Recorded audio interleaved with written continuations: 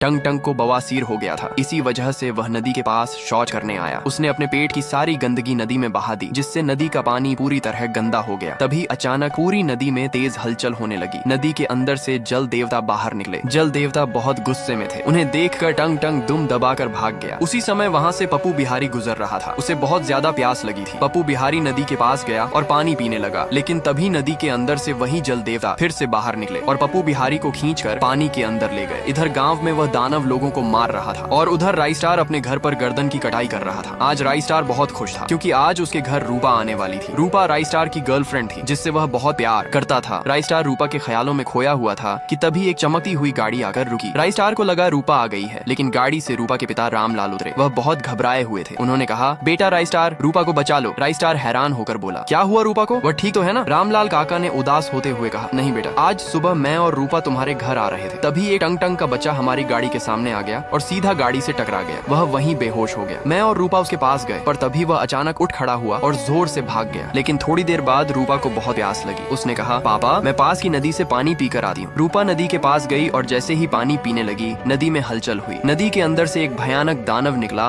और रूपा को अपने साथ पानी के अंदर खींच ले गया। यह सब देखकर मैं सीधा तुम्हारे पास भाग आया। यह सब सुनकर राइस्टार बहुत परेशान हो गया, लेकिन उसने कहा, जब तक मैं जिंदा हूँ, मेरी रूपा को कोई नुकसान नहीं पहुँचा सकता। राइस्टार तुरंत गाड़ी में बैठा और नदी की तरफ निकल पड़ा। गांव पहुंचकर उसने देखा कि हर तरफ मरे हुए लोगों की लाशें पड़ी हुई हैं। राइस्टार हैरान रह गया। तभी उसे वहीं टंग टंग दिखा। राइस्टार धीरे से उसके पास गया तो देखा टंग टंग बार बार बोल रहा था, ये सब मेरी गलती है, ये सब मेरी गलती है। राइस्टार ने पूछा, तुमने ऐसा क्या कर दिया? टंग टंग ने कहा, कुछ दिन पहले मेरी बीवी टुन टुनी ने मेरे लिए बिरयानी बनाई थी। मैंने बहुत ज्यादा बिरयानी खा ली, इस वजह से मुझे बवासीर हो गया। फिर मैं पास की नदी में जाकर पेट साफ कराया। मेरी इस गलती से नदी गंदी हो गई और जल देवता गुस्से में आ गए। तभी से वह गाँव में तबाही मचा रहे हैं। टंग टंग की बात सुनकर राइस्टार सब समझ गया। अब सवाल यह था कि इस प्रॉब्लम को कैसे रोका जाए। तभी राइस्टार की नजर पास खड़ी गाड़ी पर पड़ी और उसके दिमाग में एक आइडिया आया। राइस्टार ने कहा, टंग टंग, मेरे साथ चलो, अब तुम्हारी गलती को ठीक करते हैं। राइस्टार और टंग टंग जल्दी से गाड़ी में बैठे और एक बड़ी नदी के पास पहुंचे। राइस्टार ने नदी का साफ पानी गाड़ी में भरा और फिर वापस उस गंदी नदी के पास आ गए। जैसे ही साफ पानी नदी में डाला गया, पूरी नदी साफ हो गई। नदी के अंदर से सब लोग बाहर आ गए। राइस्टार को उसकी रूपा मिल गई और टंग टंग को एक बड़ी सीख मिल गई, कभी भी कहीं भी शौच करना अच्छी बात नहीं।